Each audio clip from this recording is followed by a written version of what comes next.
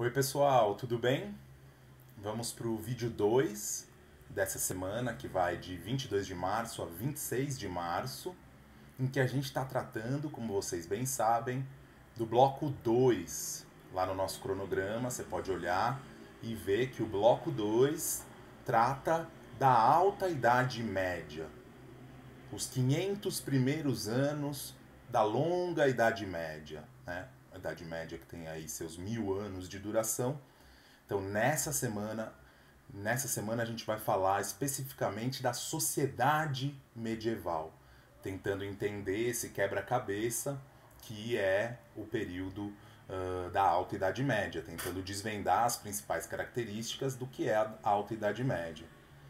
Nas aulas da semana passada, eu comentei com vocês a respeito daquelas 4 características que são fundamentais, né, daqueles 4 aspectos sobre os quais os historiadores sempre se debruçam para entender melhor uma determinada realidade. Então, política, economia, sociedade, mentalidade ou cultura são aspectos que a gente sempre vai priorizar nas nossas análises. Nessa segunda semana do bloco 2, a gente vai olhar, como eu disse, para os aspectos mais importantes acerca da sociedade medieval. Ou seja, é hora da gente entender melhor como se estruturava aquela sociedade, como vivem as pessoas na Idade Média. Uma parte dessa discussão vocês já compreenderam, porque na semana passada a gente falou muito a respeito da nobreza. A nobreza, que vocês sabem, é aquela camada mais privilegiada da sociedade medieval e que são basicamente os senhores feudais, os donos de terra. Mas não só. É interessante entender que na nobreza também tem aí um outro grupo social que tem grande relevância na história medieval. Eu estou falando do clero. Em outras palavras, dos membros da Igreja Católica Apostólica Romana, que se tornou a principal instituição da Europa medieval. E é fácil entender por que a Igreja tem tanta importância nessa época. Com estados fracos, pouco estruturados, com o poder exercido de forma local, a grande instituição que tem o poder de dar algum grau de aglutinação, enfim, algum grau de unidade, é justamente a Igreja. A Igreja regula não só a vida religiosa das pessoas, ela regula também a vida civil. Hoje em dia, por exemplo, quando você nasce, os seus pais vão até o cartório para registrar o seu nascimento. Você pode ser batizado na igreja X, Y ou Z ou em nenhuma, mas no cartório todo mundo é obrigado a ir quando nasce um bebê para registrar o nascimento da criança. Quando você se casa, você também vai lá e registra o casamento no cartório. Quando você morre, alguém vai fazer o registro do seu óbito. Enfim, todas essas ações, todos esses registros ficam a cargo do Estado, hoje em dia, porque na Idade Média os estados são fracos. Quem é que vai assumir essas funções? Quem é que casa as pessoas? Quem é que registra os nascimentos? Quem é que registra os óbitos? É a Igreja. Então ela exerce uma grande influência sobre toda a sociedade. Então esse é um aspecto interessante para a gente pensar a respeito da sociedade medieval. Mas na semana que vem eu vou tratar mais aprofundadamente com vocês sobre economia e cultura. E aí a gente vai falar um pouco mais sobre a mentalidade e a gente vai aprofundar também algumas discussões sobre o papel que a igreja desempenhava. Por que eu estou falando da igreja então, se na semana que vem a gente já vai tratar desse assunto?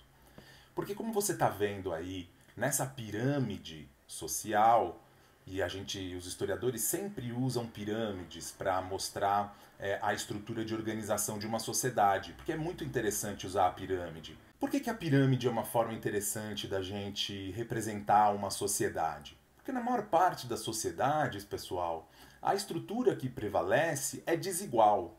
Então a pirâmide é interessante porque no topo está sempre aquela camada que, apesar de ser minoritária, é a camada que tem mais poder, está por cima. E na base da pirâmide é justamente a maior parte da população, é a parte mais abrangente, que contempla mais pessoas, e é justamente quem está por baixo, ou seja, submetido aos poderosos, àqueles que detêm o poder.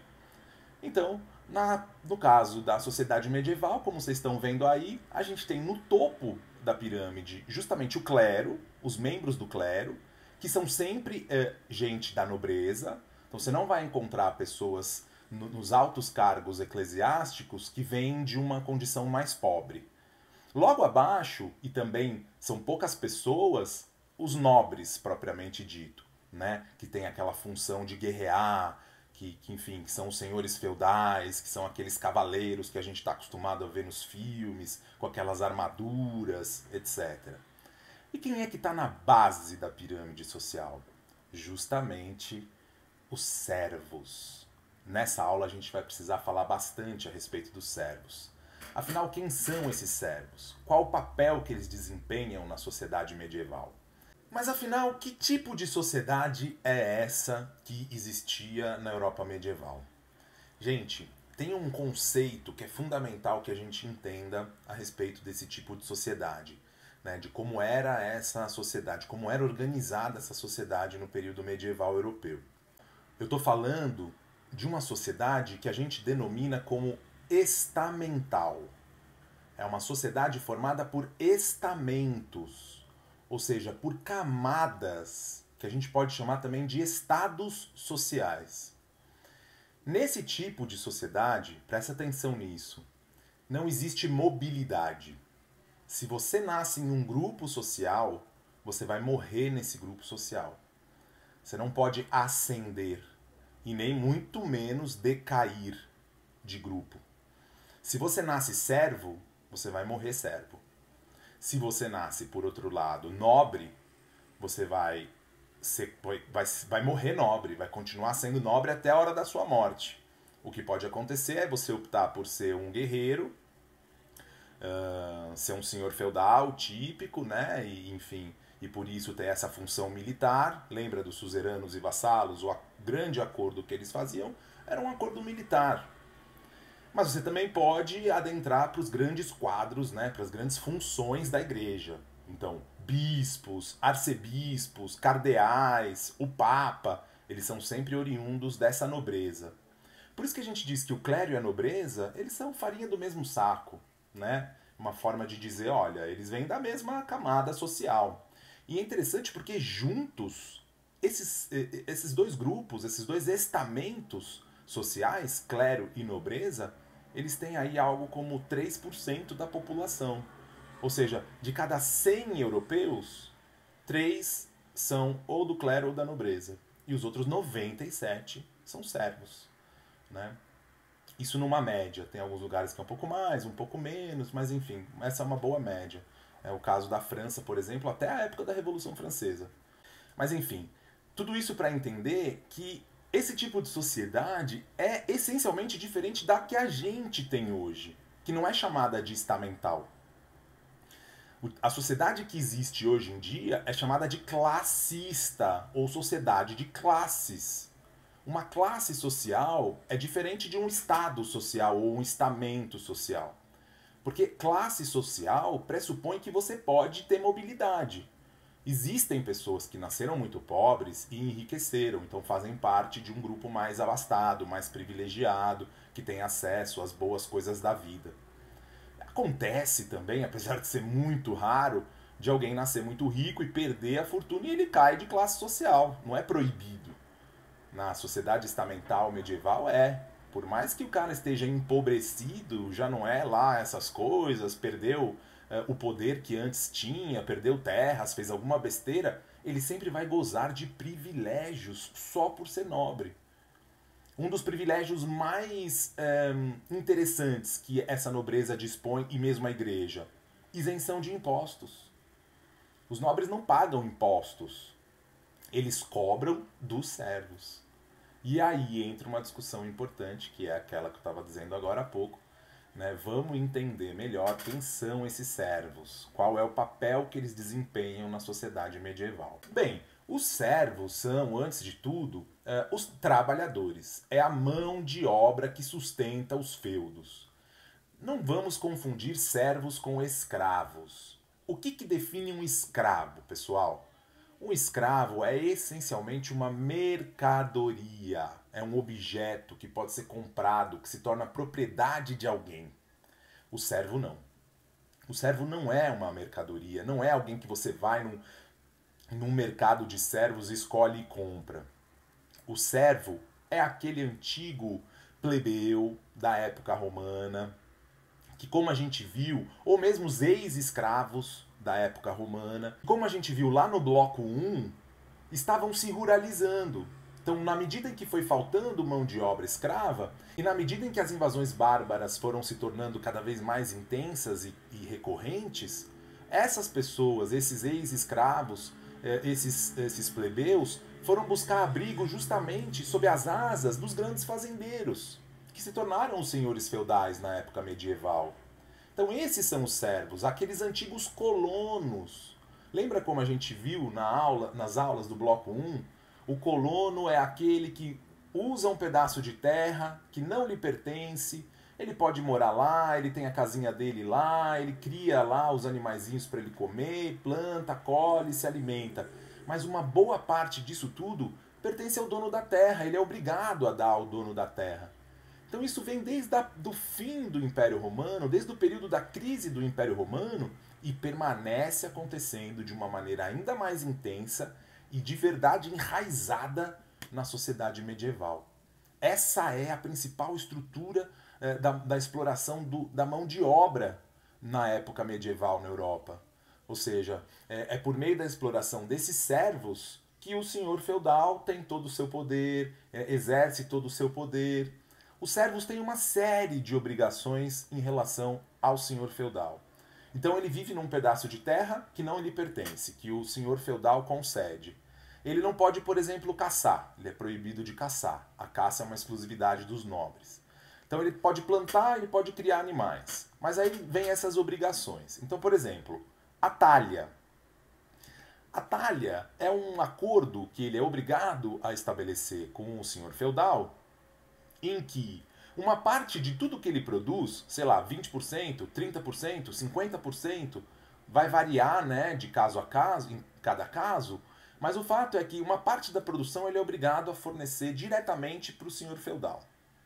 Fora isso tem a corvéia, que é o dia de trabalho compulsório, ou seja, um trabalho obrigatório que ele é obrigado a fornecer para o dono da fazenda, para o senhor feudal. Sei lá, ele combina um dia da semana para fazer a manutenção da casa do senhor feudal, do castelo, precisa consertar alguma coisa ali. Tudo isso é o dia de trabalho, 1 ou 2 ou 3, também depende. O acordo se dá de maneira, né, caso a caso, individual. Eles estabelecem esses acordos. Às vezes você consegue condições melhores, às vezes um pouco piores. Mas o fato é que 1 ou 2 ou 3 dias de trabalho ele vai ter que doar para o dono da terra, para o senhor feudal. Fora isso tem as banalidades. Como é que funciona? O senhor feudal é dono de todas as ferramentas para manusear a terra, assim, enfim, arado, enxada, tudo que é necessário para manusear a terra, para o lavrador poder trabalhar, né, o camponês precisa plantar, ele não pode ter as próprias ferramentas, ele é obrigado a usar o do senhor feudal. Só que porque ele usa a ferramenta do senhor feudal, ele é obrigado a conceder mais uma parte da produção, mais 10%, mais 20% de tudo que ele produz, por ter usado as ferramentas, ele entrega para o senhor feudal.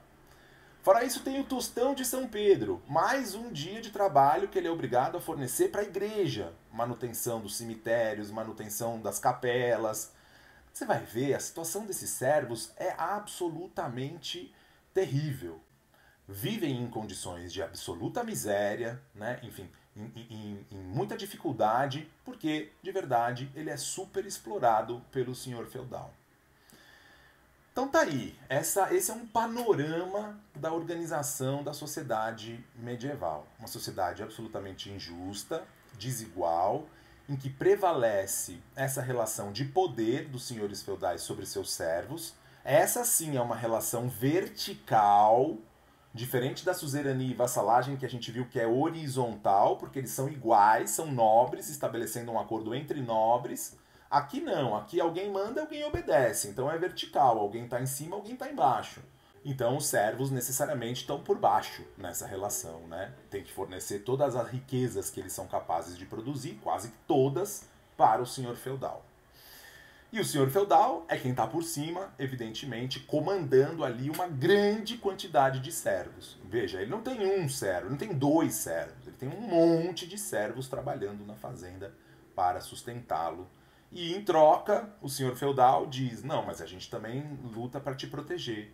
Nossa função é guerrear por todos. E a igreja tem a função de rezar por todos. Então, pronto, tá tudo justo, vocês trabalham por todos. A gente sabe que não é lá muito justa essa forma de organizar a sociedade, mas aqui a gente tem que entender de fato como era. E aí então eu apresentei para vocês esse panorama da sociedade medieval. Vamos conversar melhor sobre essa estrutura social nas aulas síncronas, e a leitura do texto também vai ajudar bastante a gente a entender melhor essa sociedade. Então por hoje é só, vou encerrando esse vídeo por aqui, agradecendo a atenção de todas e todos.